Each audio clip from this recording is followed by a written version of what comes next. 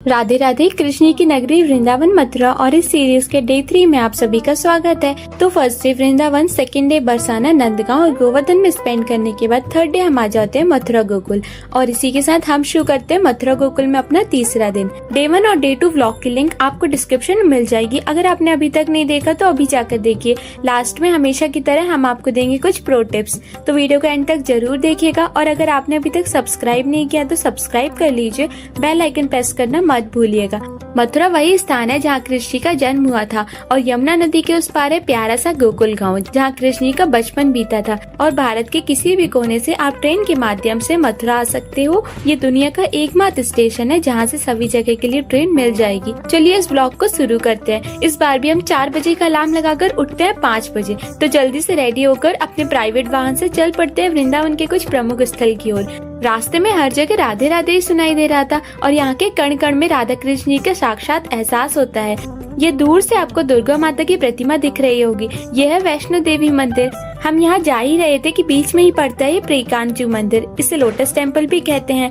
अपने शूज बाहर shoes stand में रखकर हम अंदर चले जाते हैं। बहुत ही प्यारा मंदिर है ये और रात में इसकी सुंदरता लाइटनिंग की वजह से और बढ़ जाती है। प्रिय मतलब राधा और कांत मतलब कृष्णा, इसलिए इस मंदिर का नाम प्रियकांत है। इसके दोनों तरफ पानी का कुंड बना हुआ है। फिर अपने शूज ले लेते हैं और हम चले जाते हैं वैष्णो देवी मंदिर की ओर। ये मंदिर प्रियकांत मंदिर के बाजू में ही है और अंदर जाने से पहले हम बाहर से कुछ नाश्ता कर लेते हैं और मौसम्बी का जूस पीकर मंदिर की ओर चल पड़ते हैं। फिर हम गाड़ी पार्क करते हैं। यहाँ की पार्किंग चार्ज 50 रुपए है। मंदिर के गेट से अंदर जाते ही साइड में आपको शूज स्टैंड दिखेगा। यहाँ आपके शूज सुरक्षित रखे जाते हैं और रिटर्न में आपको कूपन मिलेगा। ये मंदिर बहुत ही विशाल और अच्छा है।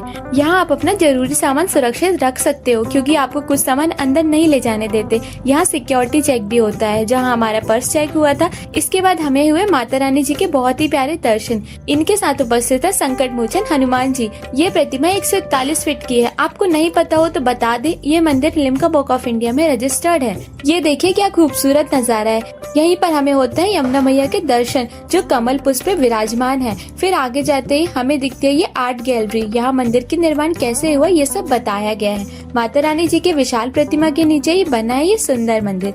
यहाँ भी दर्शन करिए और देखिए मंदिर कितना खूबसूरत है और मंदिर के चारों तरफ बहुत ही सुंदर झांकियाँ बनी हुई है। फिर हम बाहर आ जाते हैं। यहाँ हर तरफ आपको सिक्योरिटी गार्ड मिल जाएंगे। सिक्योरिटी और सफाई का यहाँ बहुत ध्यान रखा गया है। फिर यहीं पर बनी है वैष्णो देवी गुफा जो सेम पहाड़ों वाली गुफा की भांति बनाई गई है। अंदर जाते ही सबसे पहले दर्शन होते हैं गणेश जी के।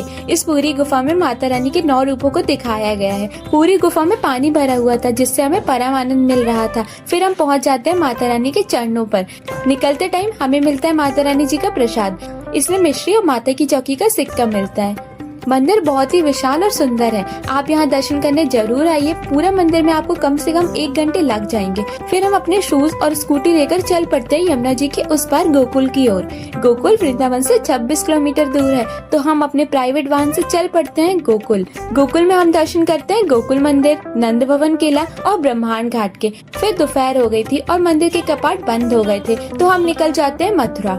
मथुरा गोकुल से लगभग 10 किलोमीटर दूर है। मथुरा पहुंचकर हम खाते हैं मथुरा की फेमस सब्जी पूरी और कचौड़ी। फिर 4 बज गए थे और मंदिर के कपाट खुल गए थे, तो हम चल पड़ते हैं श्री कृष्ण जन्मभूमि की ओर। मंदिर के पास में ही है ये प्राचीन पोतरा कुंड, तो पहले हम यहाँ दर्शन करते हैं। इसी कुंड में देवकी मैया ने नन्हे से बाल कृष्ण के वस्त्र सबसे पहली बार धोए थे और इस कुंड का बहुत महत्व है। फिर हम श्री कृष्ण जन्मभूमि पहुँचने के बाद स्कूटी पार्क कर देते हैं जिसका चार्ज था मात्र 50 रुपए। फिर हम इस विशाल गेट से अंदर की ओर प्रवेश करते हैं। फिर अंदर जाते ही हमें सामान रखने का लॉकर मिलता है जहां हम अपना जरूरी सामान रख देते हैं जिसका चार्ज 2 रुपए प्रति सामान था। फिर हम आगे की ओर चल पड़ते हैं। इसी जगह पर आज से 5000 साल पहले कंस का कारावास था और इसी कारागार में हमारे प्यारे कृष्ण का जन्म हुआ था। यहाँ पर बहुत सिक्योरिटी है और यहाँ आपको फोन ले जाना भी अलाउड नहीं है और हम फोन लॉकर में ही रख देते हैं। मंदिर काफी विशाल है और बहुत दूर तक फैला हुआ है। यहाँ आपको 3-4 मंदिर और एक गुफा देखने के लिए मिलेगी। गुफा में कृष्ण जन्म से जुड़ी बहुत सारी लीलाओं को दिखाया गया है। मंदिर में दर्शन के लिए आपको कम से कम 1 घंटे का समय लग सकता है और टाइम निकाल कर आइएगा। फिर हम बाहर आ जाते हैं और स्कूटी लेकर चल पड़ते हैं द्वारकाधीश मंदिर की ओर।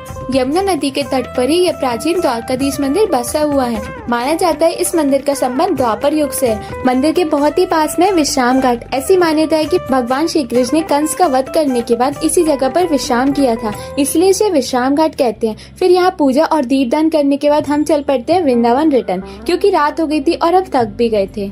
आप इसके अलावा बिरला मंदिर या कंस किला भी जा सकते हो। फिर हम रास्ते के मजा लेते लेते कुंज गलियों से आ जाते हैं वृंदावन रिटर्न। यहाँ आने के बाद हम फिर से वही अंकल के यहाँ चले जाते हैं और इस बार हम खाते हैं पनीर पराठे। फिर हम चले जाते हैं अपने घर के लिए कुछ शॉपिंग करने। यहाँ बैंगल्स, बैग, बॉयज के लिए कुर्ता सब कुछ मिल जाएगा। हम प्रेम मंदिर की मार्केट में है। फिर हम यहाँ से कुछ सामान ले लेते हैं और हम चले जाते हैं रूम। कल है हमारी ट्रेन, तो हमें अभी पैकिंग भी करनी है और कल हम करेंगे शॉपिंग्स और कुछ बचे हुए टेम्पल्स विजिट। तो हम पैकिंग करते हैं और रेस्ट करते हैं। कुछ प्रो टिप्स ये हैं कि स्कूटी का ध्यान रखें, कहीं भी पार्क नहीं करना है, सिर्फ पार्किंग में ही पार्क करें।